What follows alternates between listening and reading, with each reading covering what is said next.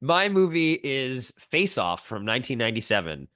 This movie is directed by John Woo, starring John Travolta, Nicolas Cage, and Joan Allen. And the IMDb plot summary: to foil a terrorist plot, FBI agent Sean Archer assumes the identity of criminal Castor Troy, who murdered his son through facial transplant surgery. But the crook wakes up prematurely and vows revenge. So this is the other one of those action movies that I referenced earlier that Nick Cage did Mhm. back to back. Con Air was the one that we can't talk about, even though I'd love to talk about Con Air. I have a lot of thoughts on that movie. Maybe that'll come up in a future episode. I don't know. But this is the other movie that was same summer actually as Con Air, and I was struck at the time of this movie being something where Nicolas Cage is really pushing the action persona thing to its limit. He is, like the plot summary said, he plays the bad guy in the first 10 minutes, 15 minutes or so. And then John Travolta and him, who's the cop in the movie, switch faces. Therefore, the actors must switch roles. So he is now playing the hero of the movie. But not only the hero, he is embodying John Travolta's performance in the first 20 minutes. So he's doing all these things, again, showing his acting chops. And I just was always impressed with him being able to pull that off, where he's able to do kind of like three different performances in one and make it seem believable, which this movie is unbelievable from the outset. And I don't think anyone else could have stretched himself to this extent. I think this is when Nicolas Cage pushed his quirky style into mainstream box office success the furthest in terms of what he was able to do, because this movie is a giant hit and it was a big mainstream hit. But this he did something that I don't think any other actor would have been able to do, and I don't think he's done it since in this sort of mainstream format, because then he kind of went off and either was making smaller movies or he was super weird, or kind of dialed it down a little bit in the mainstream movies. But that's why to me this is the wildcard choice for Cage, and definitely talk a lot more about the film because I think this is just a brilliant piece of work. But thoughts on Face Off from you? Yeah, I was curious when I saw you put this as a wild card because to me this feels so, in the Nick Cage kind of persona and memeified persona of like, over the top and what have you. So I guess I still struggle with that, why this is a wild card. Maybe because the timing of it, perhaps. But yeah, he's absolutely crazy in this movie. And to your point, like it's crazy, but there's a method to the madness. And he's doing all of the acting chops, keeping this whole meta performance thing of him being him, but also being Travolta, but also dialing it up and making it all work in a John Woo movie, which is already dialed up. And we are in a totally unbelievable setup to begin with. Right, face So swapping. Yeah. exactly. So it is to me this one, Con Air and The Rock, they're all in conversation with each other, like you said. So maybe they're all a wild card, I suppose, because they put him in this different bracket of sort of mainstream, action pictures, even though he wasn't that, kind of star before. So maybe that's where you're coming from. It was very interesting to rewatch this movie. I don't think I'd watched this movie since my childhood. And my Oh, okay. childhood memory of this movie was, amazing time at the movies. And again, like we are 14, 15 at that time, right? Like Hmm. this is kind of what you want, like a movie that's, out there and it's slick and the action is great. And of course, like the whole like face thing has stayed in the culture Oh, the touching since of the then. face that Yeah, their family has. So the weird. fam so weird, so It's so weird. weird. But Yeah. as a 14-year-old, you totally buy it. I mean, I so remember doing that to my sister. So weird. Yeah.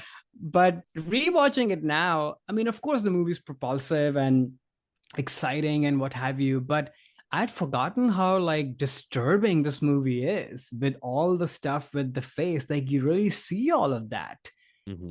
and I was like, how was I even watching this as a child?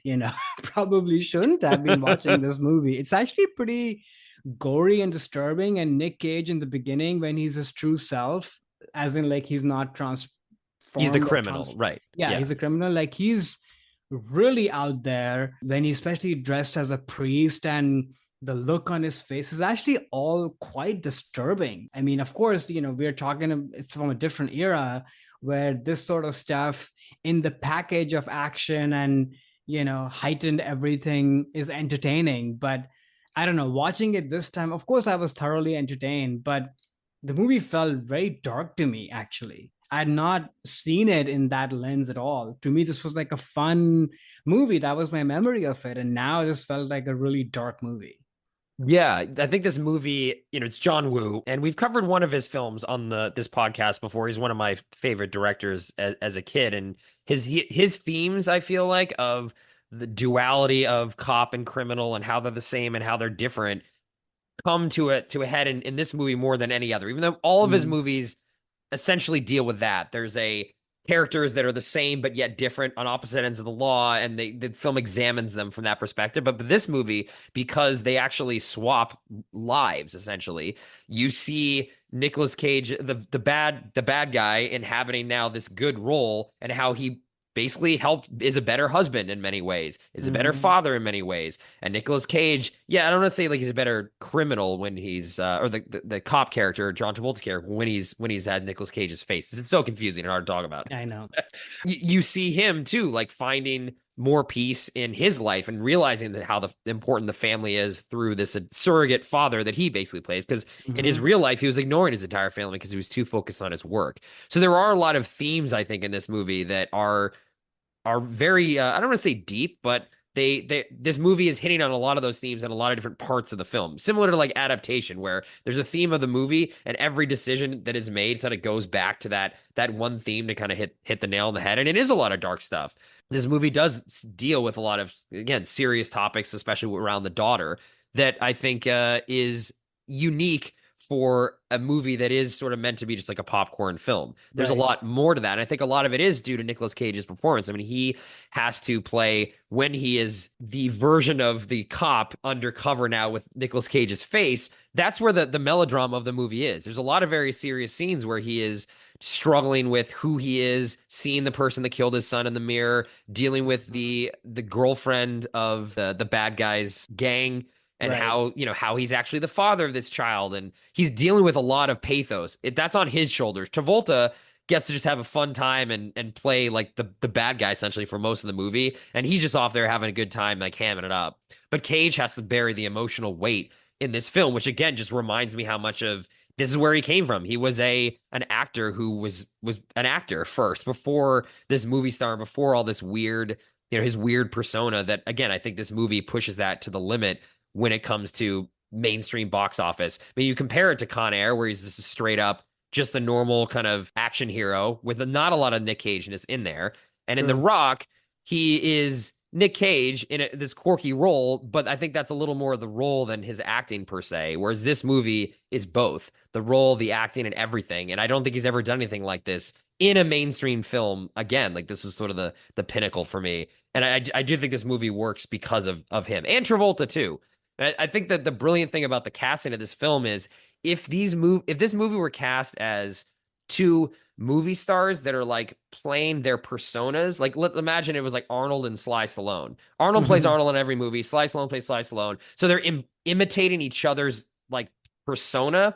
Wouldn't be as interesting as this, where each Nick Cage and John Travolta both create a character in the beginning of the movie, and then that character is mimicked by the other actor as opposed Right. to an on-screen persona. And I think that's why this movie works so well too, because it is a gimmick, but it's a gimmick by two actors doing it as opposed to two movie stars playing around with their performance. Although I would watch that movie. I think that would be a very fun movie. That would be fun too. It just wouldn't, I think, be as It as would be a different serious. movie. It'd be a different movie, right? It would be Yeah. more of a comedy, I think, than it would be this movie. It'd be like a body swap comedy, Right. right? Whereas this is a body swap in a way. Actually, it is a face swap, right? But they're not playing with their personas. They're playing with the characters that each of them Right. establish in the first 15 minutes of the film, which I think Yeah. that's again what elevates this movie above what it could have been if it was casted in a different way. And a lot of that is Cage, I think. Yeah. I mean, he's great. I do think Travolta is not as good. Like his hamming up, at some point gets a little tiring to me, and it's sort of the same note versus, and the story is more in favor of Nick Cage's, side of things. So he just has more to do. And dare I say it, this is no hot take. I think Nick Cage is a better actor than Yeah, Travolta, yeah, yeah. so there's He that. is, yeah. And then as a movie, I think I have more of a nostalgia connection to this. I mean, you're talking about the duality of stuff. Like, I think to me, that this movie, I don't know if it fully works. Like all these dark themes, but packaged in this sort of popcorn entertainment. I think I do struggle with that. Mm. And it sort of feels like a 15-year-old boy movie than anything else to me. Like watching, if I were watching this movie fresh now, I don't know how I would take it. But of course, I have a connection to it, and Hmm. maybe if I had watched it more often from between like when I first watched it to now, perhaps I would feel differently about it. But like watching it for the first time after such a long time, it was kind of jarring to see all these really heavy, serious subjects covered up in this kind of blockbuster sort of fun popcorn movie. I kind of struggle with that. Maybe I need to rewatch it to kind of get on that wavelength now. Yeah, it's also like the John Woo. I mean, I don't know how familiar you are with Yeah, his it's other always films. this. Yeah. You know, like if you're not as familiar with his filmography and that this again, this theme is like in almost every single one of his movies. Yeah. So it's like I think it goes down easier if you're seeing a lot of his other films. But I definitely hear you on like I didn't realize when I was 15 or whatever seeing this in theaters that summer, I was not thinking about all this stuff. And it was only No, until later when I dived more into John Woo's kind of filmography and realized how he, looked at the world and things like that, I started seeing the complexities of this movie and why he gravitated towards it as a director. Who I do think this is his pinnacle too. I mean, the action scenes in this film are just incredible, especially the last 20 minutes. And then it's all practical effects on the yeah, boats. The stunt performances in this movie are just stellar. it's And yes, amazing. sometimes you can tell, like you can see that it's stuntmen and not actually Cage or Travolta, but the things that they do, it just absolutely incredible. The highlight for me has always been when the Nick Cage stuntman is on the boat and falls out and grabs a chain and like is basically like water skiing without skis on the side of the boat. I'm just like, I don't know how this guy did it, but that is incredible. Just yeah, hats off to the stunt people out there because they don't make them like that anymore. I just They don't. don't make it The like whole that. end of this movie would have been some computer generated thing, and Totally, the amount of practical explosions in this movie too are just awesome. You can feel the fire a lot more than totally, you can with just a computer generated explosion.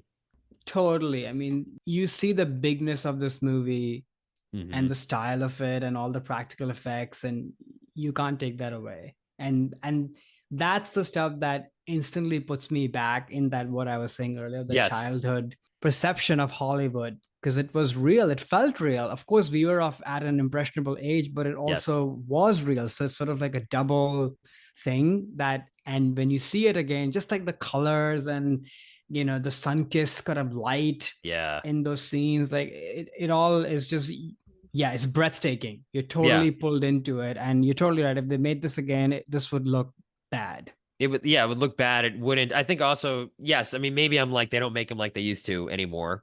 Yeah, you can sue me for being one of those guys, but I do think like this time that in that late 90s of big budgets, big stars, two Yeah, huge stars in the same movie with a top tier director, John Woo. Wasn't some journeyman guy. It's like they spent the money and you could see it on the screen, all the practical effects. I mean, they don't do that with action movies nowadays. It's maybe one star who's more of a B-level thing, a journeyman director, a lot of CGI, not a lot of practical effects, and it just doesn't hit the same. These movies just hit way different than they do totally. now. Even talking about The Rock, it's similar thing, right? Those were Same thing. practical Yeah, explosions. I mean, seeing that streetcar fly up in the air with that big explosion during that car chase is like, wow, they did that. I don't know yeah, how they did that because that like looks like it's not a model. I mean, maybe it was a model, but I mean, you don't see that anymore, and it hits different.